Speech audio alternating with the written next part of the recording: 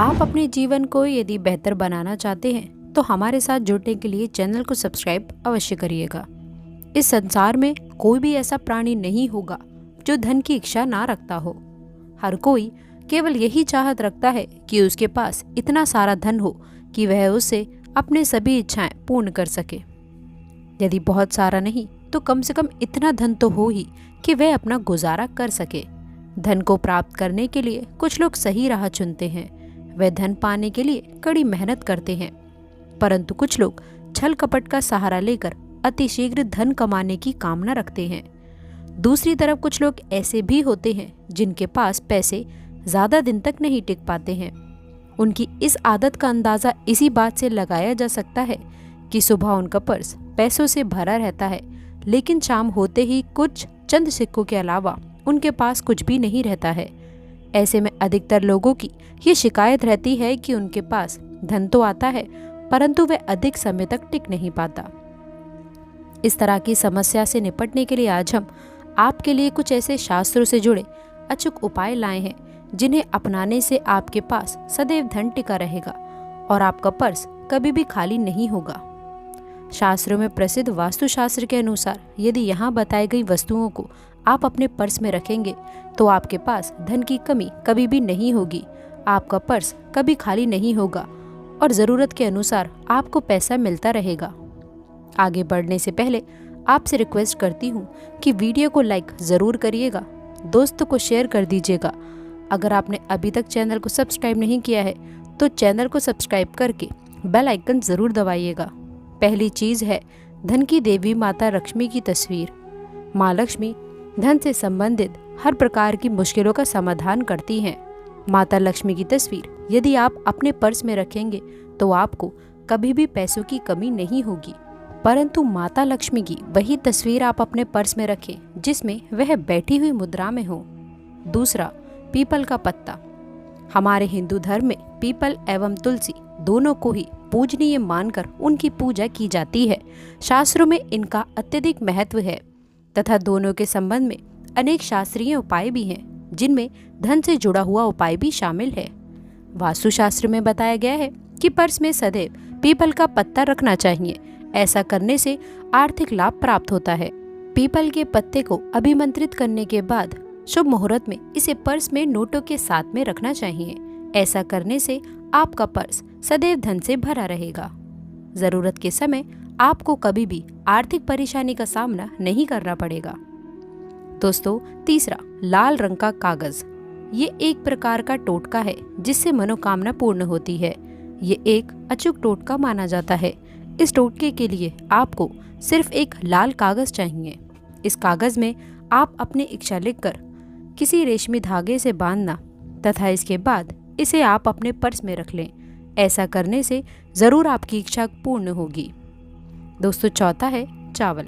शास्त्रों में अनाज और धन दोनों एक ही समान कहे गए हैं, इसीलिए चावल का भी पर्स में रखने का महत्व है। यदि आप अपने पर्स में चुटकी भर चावल रखते हैं तो ये आपके अनचाहे खर्च को कम करता है। पांचवा, ज्योतिष शास्त्र के अनुसार पर्स में शीशे का कोई टुकड़ा या एक छोटा सा चाकू रखना चाहिए। यह उपाय भी धन वृद्धि में सहायक होता है। इसके अलावा आप पर्स में कौड़ी या फिर गोमती चक्र भी रख सकते हैं। छठा, यदि आपके पास में चांदी का सिक्का पड़ा है तो इसे भी पर्स में रखने से धन लाभ होता है। चांदी का सिक्का या फिर सोने का सिक्का पर्स में रखने से माँ लक्ष्मी प्रसन्न होती हैं और धन की वर्षा करती हैं। परंतु ध्यान रहे कि सोने या फिर चांदी के सिक्के को पर्स में रखने से पूर्व इसे घर के मंदिर में माँ लक्ष्मी के चरणों में रख दें। सातवां, यदि आप रुद्राक्ष अपने पर्स में रखते हैं तो ये दरिद्रता को यानी कि गरीबी को दूर कर धन वृद्धि में सहायक होता है। आठवां, दोस्तों, माता पिता या फिर बुजुर्गों से आशीर्वाद में मिले नोटों को हल्दी या फिर केसर का तिलक लगाकर सदैव अपने पर्स में रखें। इससे आपके पास धन की वृद्धि होगी। नौवां, इन चीज़ों को पर्स में रखने के अलावा कुछ ऐसी चीज़ें भी हैं जिन्हें यदि आप ना करें तो भी धन में वृद्धि होती है। कभी भी आप अपने पर्स में नोटों को मरोड़कर ना रखें। यदि आपके पर्स में इधर उधर से मुड़े हुए नोट होंगे तो आपसे माँ लक्ष्मी रूठ जाएंगी, जिससे आपको आर्थिक तंगी का सामना करना पड़ेगा। दोस्तों, माँ लक्ष्मी जब प्रसन्न हो जाएं तो चाहत हमारी छोटी पड़ जाती है, खुशियाँ ज़्यादा मिल जाती हैं, जितना चाहते हैं उससे कहीं ज़्यादा। और यदि प्रसन्न ना हो तो फिर घोर दरिद्रता का सामना भी करना पड़ सकता है। कई बार हम छोटे छोटे प्रयोग से भी माँ लक्ष्मी को प्रसन्न कर लेते हैं, अपना भाग्योदय खुद ही कर लेते हैं। अब ऐसा नहीं है कि कोई भी व्यक्ति राजयोग लेकर पैदा हुआ है और कोई दुर्योग लेकर। हर किसी की कुंडली में राजयोग और दुर्योग दोनों ही होते हैं। समय को पहचानिए, क्योंकि राजयोग आपका चल रहा है और आपको पता ही नहीं है। लेकिन आपने देखा होगा कि कुछ समय ऐसा होता है कि आप जो भी काम करते हैं बहुत अच्छे से होते हैं।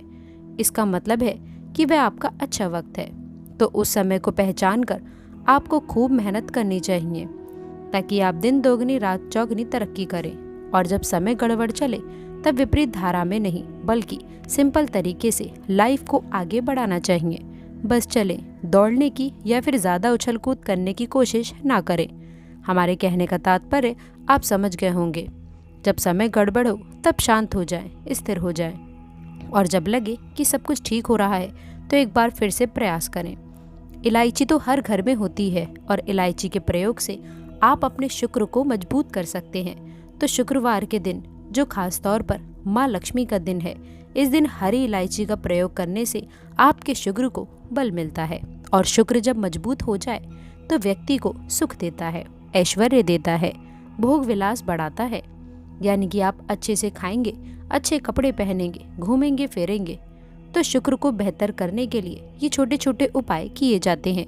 जैसे कि आप थोड़ा सा पानी ले लें, उसमें इलायची के 1-2 दाने डालकर उसको थोड़ा सा गर्म कर लीजिए। इसके बाद इस पानी को नहाने के पानी में डालकर नहाएं। आप चाहें तो गर्म करके या फिर बॉईल करके उसको किसी शीशे में रख लें और रोज नहाने के पानी में 2 ढक्कन इस पानी को डालकर नहाइए, तो पवित्रता बढ़ेगी। और इस पानी से नहाने से भाग्य भी मजबूत होता है, शुक्र बेहतर होता है। तो ये था एक सिंपल प्रयोग। लेकिन कई बार ऐसा होता है कि नौकरी या फिर शिक्षा में आप तरक्की नहीं कर पाते हैं, तब इलायची का एक छोटा सा प्रयोग अवश्य करें। यदि आप चाहते हैं कि शिक्षा में खूब सफलता आए तो छोटी इलायची और मिश्री या फिर बताशे, आपके पास जो भी है वह ले लीजिए और छोटी इलायची से 2 दाने निकाल लें, मिश्री मत्ता से ले लें और इसको लेकर किसी पीपल के नीचे किसी भी दिन रख दीजिए। यदि शुक्रवार का दिन हो तो ज़्यादा बेहतर रहेगा। और अपनी पढ़ाई की कामना करें कि हम बड़े अच्छे से तरक्की करें, पीछे मुड़कर मत देखिए। शिक्षा की बाधाएं समाप्त होती हैं। यदि आपका शादी विवाह नहीं हो पा रहा है तो विवाह के लिए भी एक छोटा सा प्रयोग किया जाता है। किसी भी शुक्रवार के दिन 2 हरी इलायची, थोड़ी सी कोई मीठी वस्तु या फिर सफ़ेद मिठाई और एक घी का दिया लेकर आप किसी पवित्र बहती नदी में चले जाइए या फिर कोई तालाब के किनारे भी जा सकते हैं। अब किसी पत्ते या फिर दोने पर नदी के पास इलायची और मीठी वस्तु जो आप लेकर गए हैं उसे वहां पर रख दीजिए और दिया जला दें, या फिर बहते हुए जल में किसी पत्ते पर डालकर बहा दें। आपका शुक्र भी बेहतर होगा और जीवन में सुख बनेगा, शीघ्र विवाह होगा। यदि पास में बहती नदी ना हो तब आप किसी पास के मंदिर में कराइएगा। कई बार पति पत्नी में प्रेम खो ही जाता है। अगर आपका भी प्यार कहीं खो गया है, दूरियां आ गई हैं, तो भगवान श्री कृष्ण का नाम लीजिए, क्योंकि सबसे बड़े प्रेम के प्रतीक तो हमारे भगवान श्री कृष्ण ही हैं। उनका नाम ले और शुक्रवार के दिन 3 हरी इलायची ले लें, उसे आप अपने शरीर से स्पर्श करें। वैसे तो कहा जाता है कि पसीने से स्पर्श करें, पर ऐसा ना करें, आप अपने शरीर से टच कर लें, बस इतना ही काफ़ी है। इसके बाद आपके पास रुमाल, बनियान, ये दुपट्टा जो भी है उसमें बांधकर आप अपने पास ही रखें।